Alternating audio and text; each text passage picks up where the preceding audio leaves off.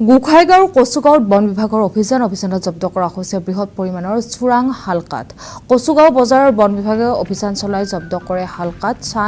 ফান ৰেঞ্জৰ বন বিভাগৰ এটি দলে অভিযান চলাইছিল। ঘৰত মজুত কৰি ৰখা চোৰাং শালকাঠ উদ্ধাৰ কৰিছে এতিয়া বন বিভাগৰ দলে। নথিপত্ৰবিহীন শালকাঠসমূহ বন বিভাগে জব্দ কৰি কাৰ্যালয়লৈ লৈ যায়।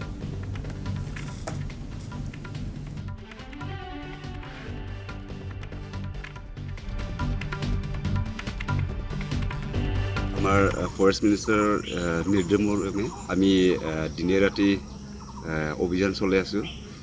ঠিক যোৱাকালিও আমি সন্ধিয়াত এটা চ'ৰ্চৰ ভিত্তিত আমি ইনভেষ্টিগেশ্যন এটা কৰিছিলোঁ, যাই মানে লুকাই থোৱা তেনেকুৱা শালকাঠ আমি জব্দ কৰিব সক্ষম হ'লোঁ।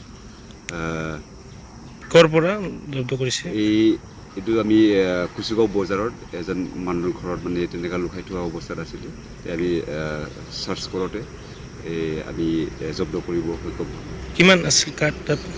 তাতে 130 পিচ বাটাম আছিলে। কি কাঠ ছাৰ? শালকাঠৰ বাটাম আছিল। এইটো গোটেই জব্দ কৰোঁতে আমি আমাৰ চানফান ৰেঞ্জৰ চেফ কাষ্টডিত ৰাখি থ'লোঁ। আপোনাৰ ইয়াত কিমান মহল বা কিবা মিল ঠিলবিলাক এইবোৰৰ কি ক'ব? এইবোৰ আছে? হয়, আমাৰ চানফান ৰেঞ্জৰ অধীনত আমাৰ তেনেকুৱা মহল বা টিম্বাৰ শ্ব'মিল বা টিম্বাৰ শ্বপ তেনেকুৱা আমাৰ চানফান ৰেঞ্জৰ অধীনত নাই।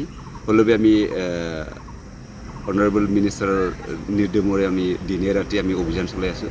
আৰু যিমান মানে গোপনে লুকাই থোৱা তেনেকুৱা কাঠ বা বালু মহল আমি যদি পাওঁ আমি এইটো আমি জব্দ কৰিম। আমি অভিযানটো চলাই ৰাখিম, যদিও আমাৰ মহল বা কাঠমিল আমাৰ ৰেঞ্জৰ আণ্ডাৰত নাই।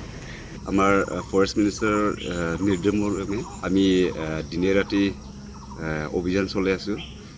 ঠিক যোৱাকালিও আমি সন্ধিয়া